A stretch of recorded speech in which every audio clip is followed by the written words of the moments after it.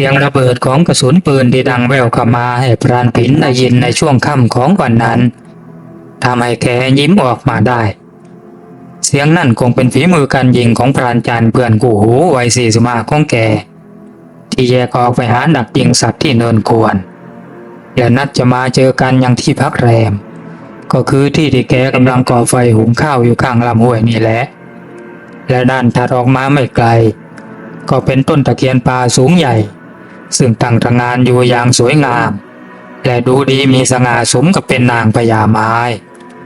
ไม่นานพรานจันทร์ก็เดินแบกลูกหมูตัวเล็กๆตัวหนึ่งเข้ามาเฮ้ยนี่มันลูกหมูนี่วะเอ็งไปยิงมันทำไมวะพรานผินว่าพรานจันทร์ยิ้มให้และตอบเพื่อนไปว่าข้าไม่ได้จะยิงมันหรอกวะจะยิงหมูรุ่นอีกตัวหนึ่งพวกมันมากันเป็นฝูงแต่ว่าไอ้ลูกหมูตัวนี้นะดวงมันถึงคาดจังหวะที่ข้าเหนียวไกลมันดันมาบังก็เลยโดนซะพรานจันทร์ถอนหายใจพลางโยนลูกหมูอายุราวๆ1 เดือนลงบนพื้นหน้ากองไฟก็ดีเหมือนกันไม่มากเกินไปจะได้ไม่ต้องแบกให้เมื่อยพวกเราเพิ่งเข้าป่าถ้าตัวใหญ่เกินไปก็กินกันไม่หมดเน่าไปซะเปล่าๆนะปากพูดพลางมือของพรานผินก็ลงมือชำแหละและแล่เนื้อลูกหมูอย่างคล่องแคล่วโดยมีดเดินป่าที่รับสะคมกริบพอกับใบมีดโกนไม่นานอาหารอโนชะก็คือผัดเผ็ดลูกหมูแล้วก็หมูย่างก็ถูกยัดลงกระเพาะของทั้งสองอย่างอิ่มเอมเปรมปรีพรานผินควักหมากพลูออกมาจากย่ามที่เก่าคล่ำกล้าแกส่งมันเข้าปากเคี้ยวอย่างมีความสุขตามภาษาชาวป่าที่อยู่ง่ายกินง่ายความสุขของชาวบ้านป่าอย่างพวกเขาเป็นความสุขที่เรียบง่ายไม่จำเป็นต้องกินอาหารในร้านที่หรูหราแค่มีกินมีอยู่แค่นี้ก็ถือว่าเพียงพอแล้วสำหรับพวกเขา2 คนนั้นเข้าป่าด้วยกันเป็นประจำจนรู้ใจกันดีเสมือนเป็นเงาของกันและกันทั้งคู่นั้นเป็นเพื่อนกันมาตั้งแต่วัยเด็กปลูกบ้านอยู่ใกล้กันซึ่งอยู่ที่ชายป่าใหญ่แห่งเทือกเขาบรรทัดและมีอาชีพตัดยางและหาของป่าทีนี้เราก็มีเสบียงพอสำหรับ2 วันข้างหน้าแน่ๆเพื่อนการหาวันกระสือของเราจะได้ไม่ต้องกังวลเรื่องปากเรื่องท้องพรานผินกับมือยิงที่หลังจากกินข้าวเสร็จแล้วตอนนี้กำลังสารวนอยู่กับหมูชะตาขาดที่เหลือโดยการแล่เนื้อออกมาเป็นชิ้นๆพอเหมาะสำหรับย่างไว้เป็นเสบียงและก็ไว้กินด้วยวิธีถนอมอาหารโดยการย่างให้ไม่เกรียมด้านนอกแต่ว่าข้างในนั้นยังไม่สุกนี่เป็นการถนอมอาหารของแกหรือบางทีพวกเขาก็ใช้วิธีรมควันแต่ก็ต้องเสียเวลานานมากยิ่งกว่าการย่างเพิ่งกินข้าวเสร็จแกจะไม่พักก่อนหรืออาจารย์ไอ้หมูที่เหลือนะเดี๋ยวข้าทำให้เองพรานผินว่าที่แท้พรานทั้งสองมีแผนเข้าไปในป่าลึกเพื่อหาว่านกระสือตามใบสั่งของพ่อค้าในเมืองที่สั่งไว้ตั้ง2-3 เดือนแล้วแต่ว่าเวลาผ่านไปทั้งสองก็ยังหาว่านชนิดนี้ยังไม่ได้เลยนี่ก็ย่างเข้าเดือนที่3ที่ลองเข้ามาหากันอีกครั้งโดยโดนเร่งร้าวจากเสียจิวคนรับซื้อรายใหญ่ที่เพิ่มราคาให้อย่างงามถึงเท่าตัวเลยทีเดียวทำให้ทั้งสองตัดสินใจเข้าป่าอีกรอบกะว่าจะอยู่สัก 4-5 วันกันเลยและตอนนี้ทั้งคู่ก็อยู่ลึกเข้ามาในป่าพอสมควรดวงตะวันได้รับเปี่ยมเขาอย่างรวดเร็วเมื่อทั้งคู่ช่วยกันย่างลูกหมูนั่นเสร็จก็จัดการแขวนไว้บนปางไม้ที่สูงและคิดว่าปลอดภัยจากสัตว์กินเนื้อแน่ๆมันถูกแขวนไว้บริเวณกองไฟกองใหญ่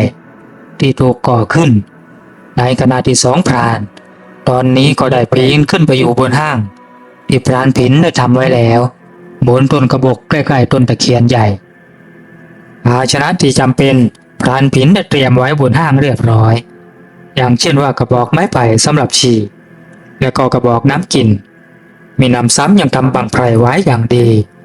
ทั้งที่ไม่ได้ก็จะยิงสัตว์นี่แกทำราวกันไว้อย่างดีเลยนะผินพรานจันทร์พูดกับเพื่อนข้าก็กันไว้กันตกนั่นแหละว่ะดีกว่าไม่ได้ทำเพราะว่าเรากะจะนอนนะโว้ยไม่ใช่มานั่งส่องสัตว์กันนอนหลับไปกลิ้งตกไม่รู้ตัวเอานะข้าเลยทำไว้ก่อน แต่มันก็ดูปลอดภัยดีด้วยว่ะพรานผินบอกกับเพื่อนพรานจันพยักหน้าพลางนึกชมเพื่อนที่รอบคอบเลือกต้นไม้ทำห้างโดยเลือกต้นเดียวๆที่ห่างจากต้นอื่นพอสมควรไม่ให้กิ่งของอีกต้นพาดมาถึงเพราะพรานบางคนสะเพร่านึกจะทำห้างก็ทำไม่ดูรอบๆให้ดีพอยามเผลอหรือยามดึกไอ้เหลือมก็ไต่พาดจากกิ่งต้นอื่นลงมาอย่างห้างเคยโดนกันมาแล้วบางคนก็ถึงตายกันเลยทีเดียวเพราะนอนหลับไม่รู้ตัวจึงเป็นอุทาหรณ์ให้ระวังและรอบคอบคำว่าคืบก็ป่าซอกก็ป่ายังใช้ได้ดีในป่าเสมอแม้แต่ป่าใกล้ๆหมู่บ้านก็ตาม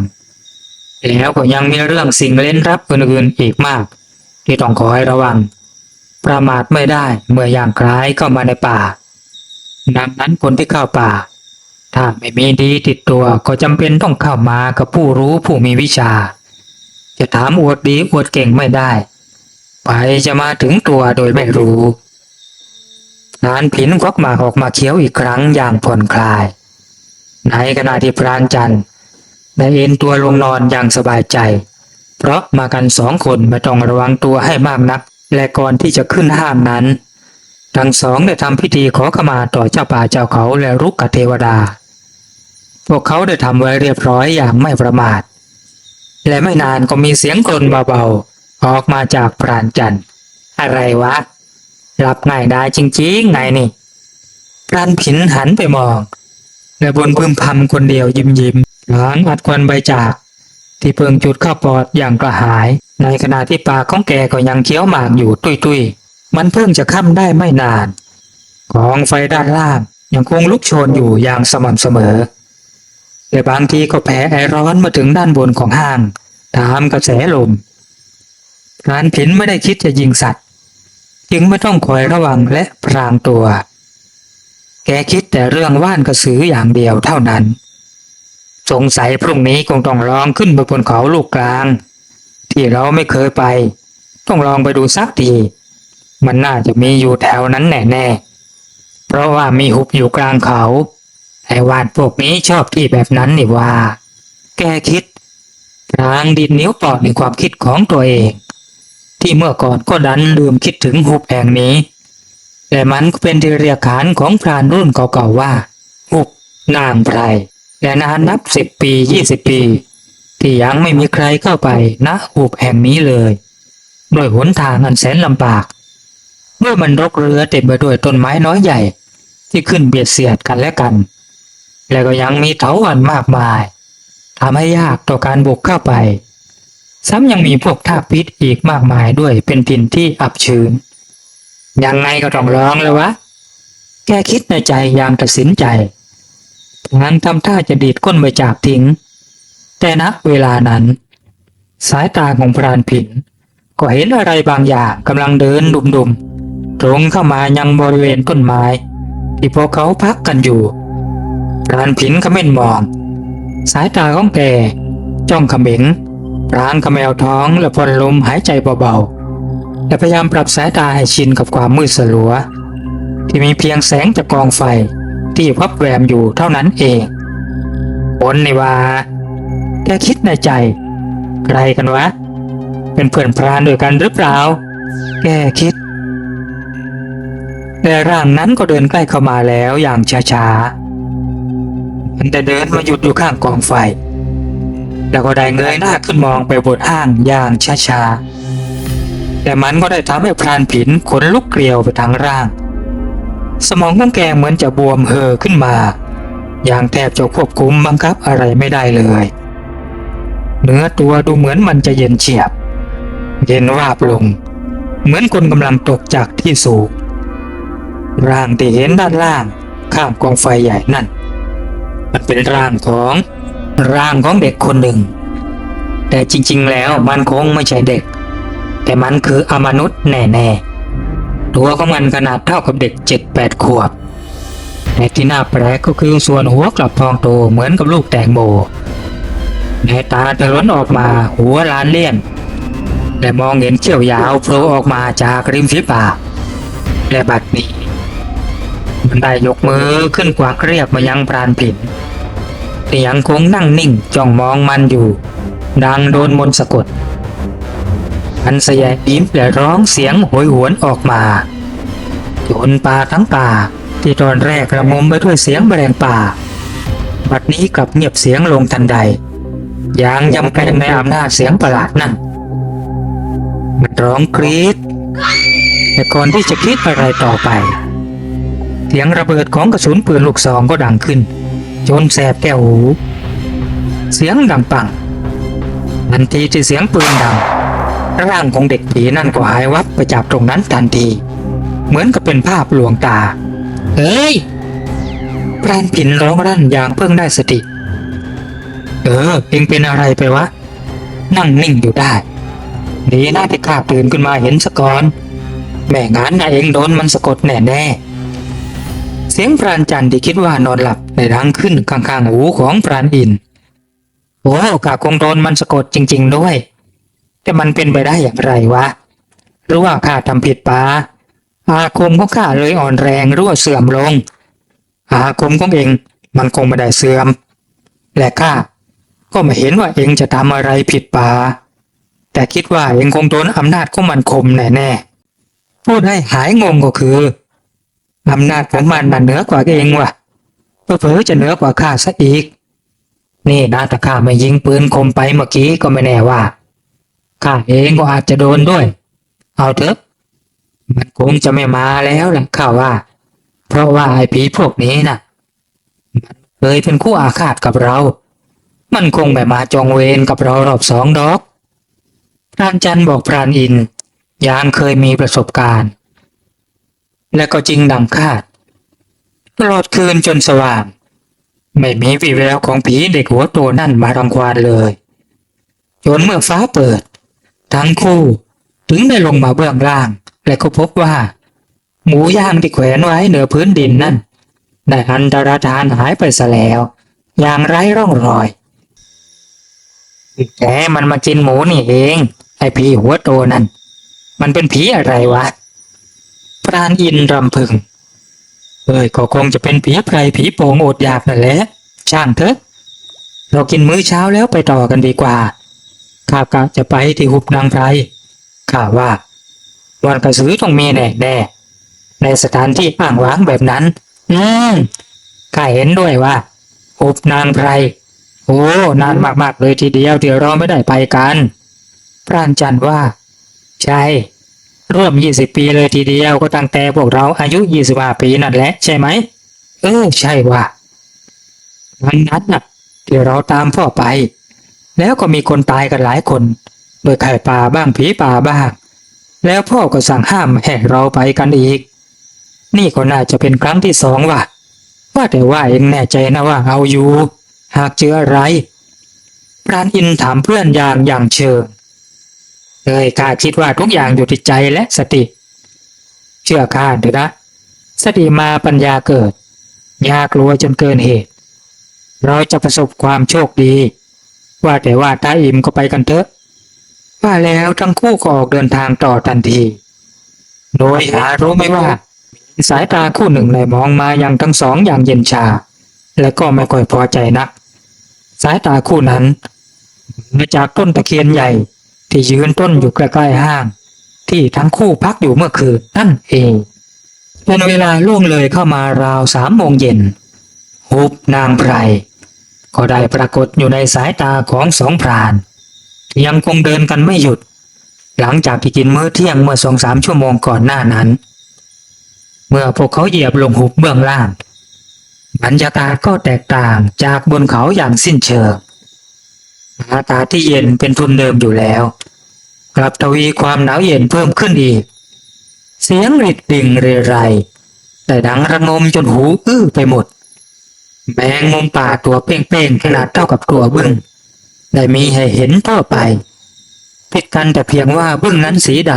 ำแต่แมงมุมในหุบแห่งนี้มีหลากสีทั้งเขียวทั้งแดงและดำแต่สายตาของพวกมันที่โผล่ออกมาก็ดูช่างน่าสยองสนิทกระไรเดินระวังหน่อยนะเว้ยไอ้อินอย่าไปโดนเส้นใยมันเข้านะถ้าเส้นใยสั่นสะเทือนแล้วก็มันจะพุ่งเข้าใส่เราทันที แล้วก็ไม่ใช่ตัวเดียวนะโว้ยเองดูให้ดีๆมันอยู่กันเป็นชมรมเหมือนหมู่บ้านยังไงอย่างนั้นนกตัวโตๆหรือแม้แต่กระรอกก็ไม่รอดข้าจะบอกให้ตาแจ้งตาสว่างพรานจันทร์บอกเพื่อนพร้อมกับหัวเราะกึกพรานอินไม่พูดอะไรเพราะแกเองก็รู้พิสงของไอ้พวกนี้ดีแต่สายตาของพรานอินคอยสอดส่องมองหาว่านกระสือไปตลอดทางพรานจันทร์นั้นกล่าวว่าจะหาว่านจนถึงเย็นแล้วก็ค่อยหาต้นไม้ตามห้างนอนเหมือนเมื่อวานแต่พรานอินบอกว่าต้องทำห้างก่อนน่าจะดีกว่าสุดท้ายก็เลยตัดสินใจทำห้างตรงกลางหุบเมื่อเดินไปเจอต้นไม้เหมาะๆที่ไม่สูงเกินไปแล้วก็เตรียมขอนไม้ไว้ก่อไฟจำนวนหนึ่งเมื่อเรียบร้อยแล้วทั้งสองก็เริ่มออกหาว่านทันทีอย่างแข่งกับเวลาที่เย็นย่ำลงทุกขณะอย่างรวดเร็วไม่ต้องรีบมากหรอกไอ้อินเราน่ะยังมีวันพรุ่งนี้อีกทั้งวันถ้าไม่เจอในตอนเย็นนี้นะข้ารู้แต่ไหนๆก็มาแล้วเราต้องใช้เวลาให้คุ้มค่ามันไม่ได้มากันง่ายๆนะโว้ยจริงไหมพรานอินบอกเพื่อนพลางก้มๆเงยๆหาว่านกระสือต่อไปจนเย็นย่ำค่ำสนธยาทั้งคู่ถึงได้วางมือเดินกลับห้างที่พักที่ทำไว้กลางหุบใกล้กับหนองน้ำเล็กๆที่มีอยู่หนองหนึ่งหนองนั่นกว้างราวๆ1 ไร่เราลองเดินอ้อมขอบหนองกลับอีกทางดีกว่าพรุ่งนี้น่ะจะได้ไม่ต้องวกมาทางเดิมอีกพรานอินบอกกับเพื่อนพลางออกนำและแกวกมาถึงกึ่งกลางขอบหนองพวกเขาก็เห็น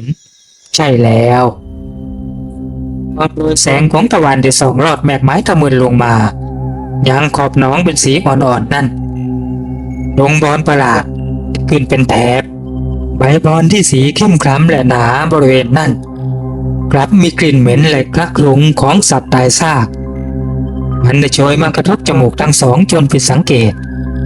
พรานอินเร่งฝีเท้าก้าวตรงไปยังกลุ่มกอพืชที่คล้ายกอบอนนั่นทันทีแกก็ไม่มองพลางกวาดสายตาไปรอบๆพลางวุ้ยบ้ายให้พรานจันดูตรงโคนต้นและณจุดนั้นซากสัตว์หลายชนิดนอนตายอยู่เรี่ยราดเก่าบ้างใหม่บ้างแต่เป็นซากเก่าซะมากกว่าเป็นพวกกระรอกกระจงไก่ป่าลูกหมูลูกกวางมีครบหมดที่เป็นซากกระดูกเรี่ยราดยิ่งดูก็ยิ่งได้กลิ่นนั้นไม่พึงประสงค์โชคดีแล้วเว้ยจันพรานอินพูดกับเพื่อนเบาๆเพราะว่าลักษณะของต้นที่เห็นมันก็คือว่านกระสือแต่พวกซากที่ตายอยู่โคนกอนั่นก็เป็นสิ่งยืนยันได้ดีว่าพวกที่อาศัยอยู่ในว่านได้นำเอาสัตว์เหล่านี้มากินกันนะที่อยู่ของพวกมันนั่นเองและยังไม่รอช้าพรานทั้งคู่ล้วงได้สายสิญจน์ที่เตรียมไว้ออกมาพลางโอมอ่านมนต์สะกดอยู่พักใหญ่และแล้วทั้งสองต่างก็เดินหันหลังให้กันเป็นวงกลมล้อมเหล่ากอว่านไว้จนหมดสิ้นโดยได้อาคมนั่นเสร็จแล้วซัดข้าวสาร7 โบสถ์เข้าไปกำกับกลับมีเสียงร้องครี๊ดจนโหยหวนดังไปทั้งขอบหนองกลับมีเสียงร้องครี๊ดจนโหยหวนไปทั้งขอบหนองเมื่อข้าวสารบนซัดไปโดนใบว่านทั้งหมดสันดาริกเหมือนโกรธแค้นหรือเจ็บปวดอย่างไม่สามารถป้องกันตัวเองได้เอาละพรุ่งนี้เช้าเราจะมาเอาสัก5 หัวก็พอนะกล่าวว่า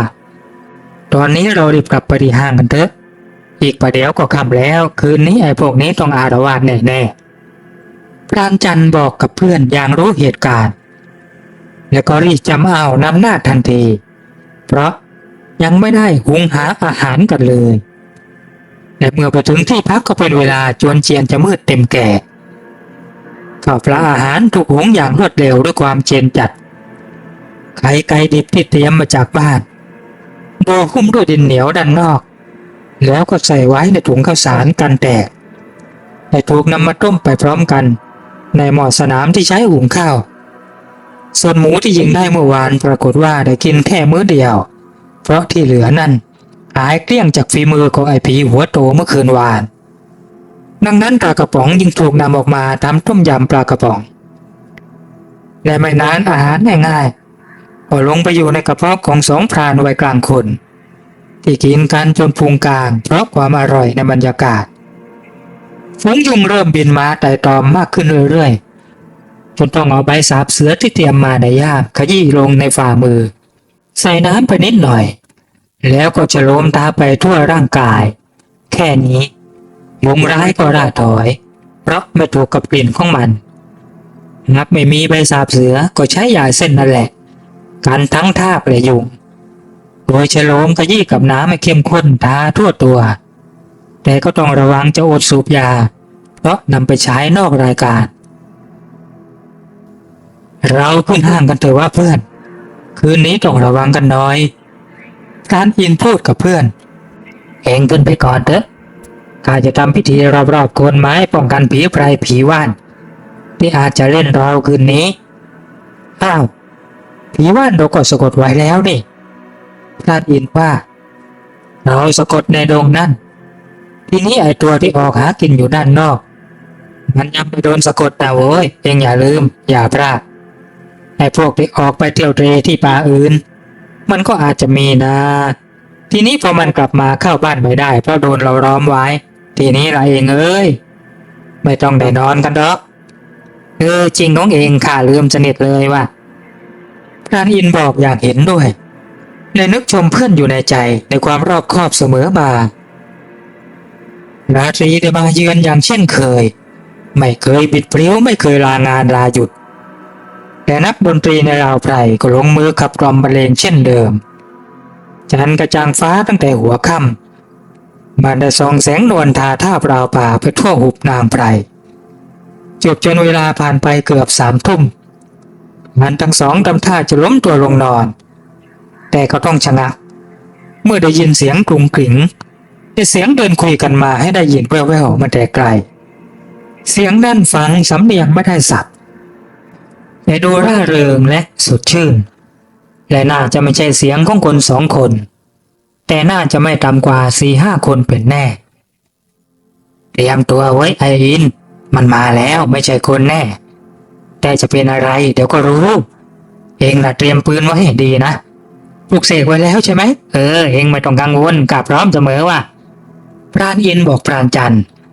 โดยสายตายังคงจ้องไปยังต้นเสียงอยู่อย่างไม่กระพริบและชั่วอึดใจผู้คน4-5 คนในชุดชาวบ้านป่าก็ค่อยๆโผล่ออกมาจากราวไพรพวกเขามุ่งตรงมายังบริเวณต้นกระบอกใหญ่ที่ใช้ตามห้างที่ดูเหมือนพวกเขาจะไม่รู้ว่ามีคนอยู่ด้านบนยังคงเดินคุยกันมาเสียงพึมพำจากแสงจันทร์ที่ส่องสว่างเป็นชาย3หญิง2อยู่ในวัยหนุ่มสาวทั้งหมดคนทั้งหมดเดินใกล้จะถึงต้นกระบอกอยู่แล้วแต่จู่ๆผู้ชายที่เดินหลังสุดก็หยุดถามจมูกฟุดฟิตแล้วก็เงยหน้าขึ้นมองไปด้านบนโอ้ให้ตายเถอะจากสายตาของพรานทั้งสองมองเห็นได้ชัดว่าแววตาของชายผู้นั้นที่มองเขาทั้งสองแล้วนั้นมันเป็นแววตาที่เขียวปัดเหมือนกับแววตาสัตว์ชายผู้นั้นส่งเสียงในลำคอดังคลืดคลาดทำให้ที่เหลือหยุดชะงักทันทีและทั้งหมดก็แงนหน้าขึ้นมามองอยู่สักครู่และแล้วพวกมันก็สยะยิ้มและส่งเสียงร้องออกมาอย่างน่าสะพรึงน่าสยองใจยิ่งนักและแล้วทั้งหมดก็ทำท่าทำทางจะกระโจนขึ้นไปบนต้นไม้นั่นแต่แล้วก็ดูเหมือนว่าพวกมันจะสะดุดเข้ากับกำแพงอะไรสักอย่างที่มองไม่เห็นด้วยตาเปล่าแม้ว่าพวกมันจะพยายามกระโจนอยู่หลายรอบแต่ก็ไม่สำเร็จชายที่ท่าทางเป็นหัวหน้าได้หยุดและได้พูดกับทั้งสองออกมาเสียงแหบพร่าเป็นภาษาของมนุษย์อย่างชัดเจนลงมาเถอะพ่อพรานลงมาเถอะพ่อพรานพวกเราเป็นชาวป่าที่นี่เองไม่เป็นไปกับพวกท่านลงมาแล้วไปพักที่บ้านของเราดีกว่านอนลำบากอยู่ด้านบนลงมาเถอะ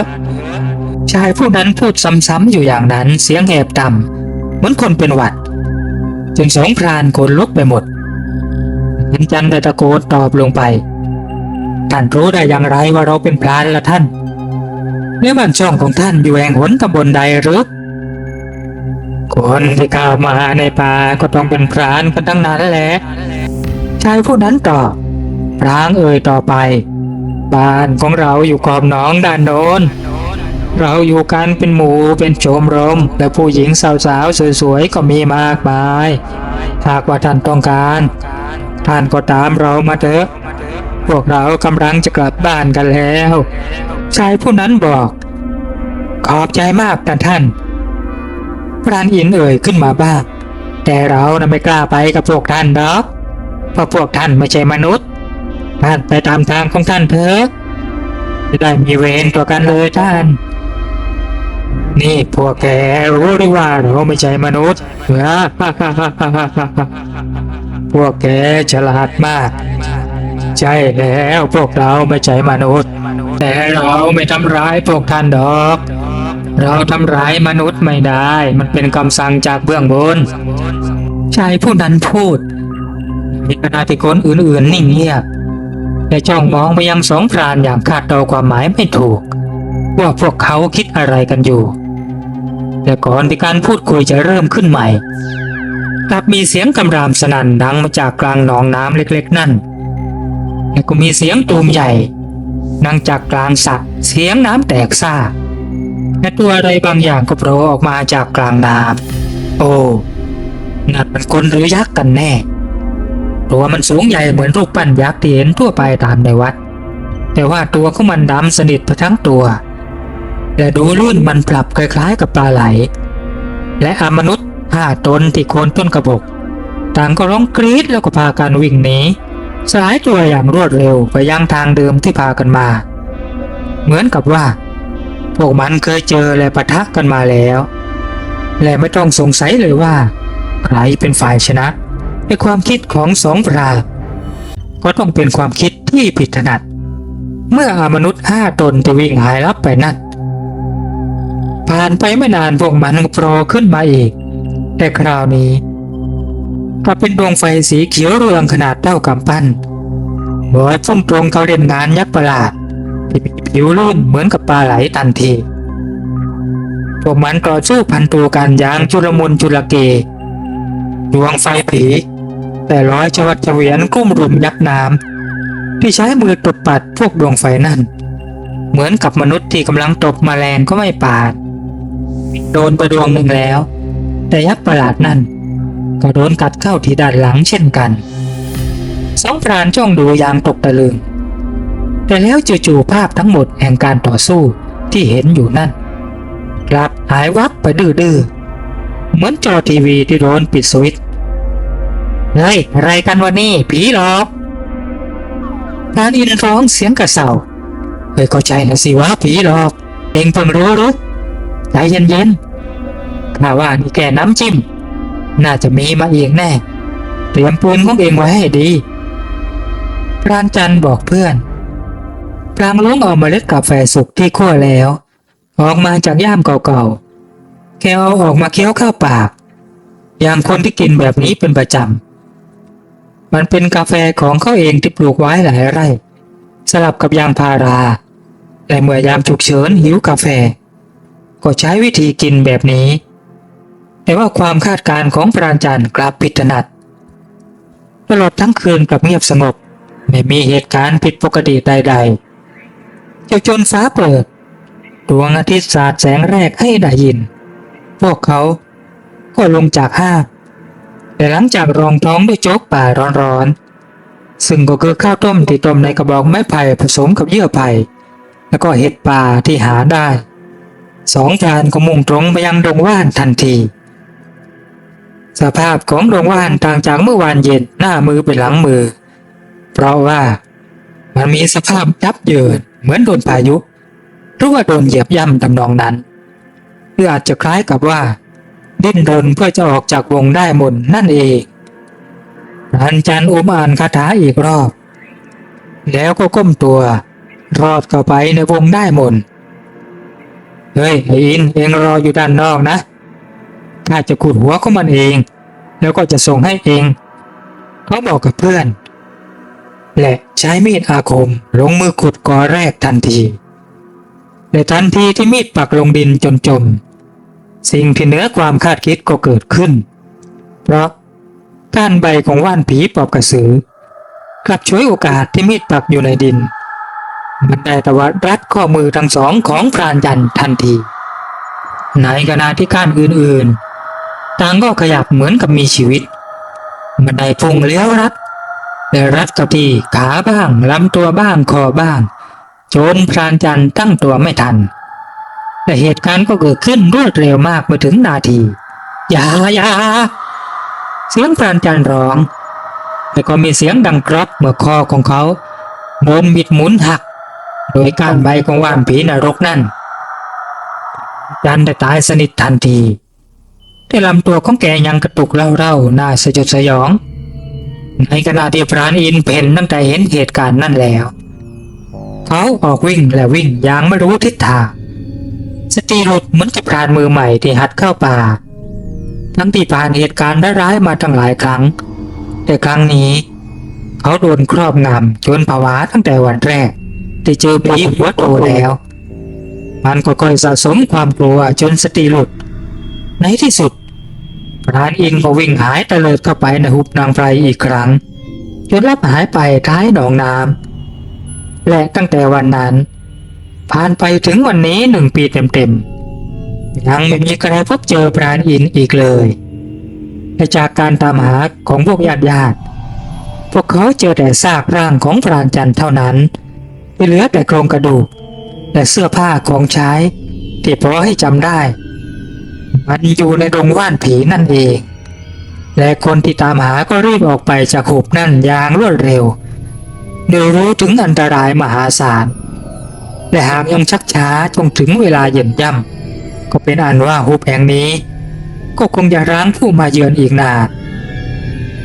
และตอนนี้เราผีร้ายก็มีผู้เฝ้าประตูหุบคนใหม่แล้ว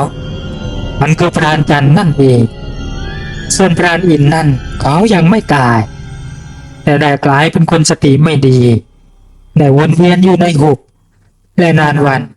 ก็คล้ายกับสัตว์ขึ้นทุกทีด้วยฤทธิ์แรงแห่งป่าหุบนางไพรนั่นเองจบบริบูรณ์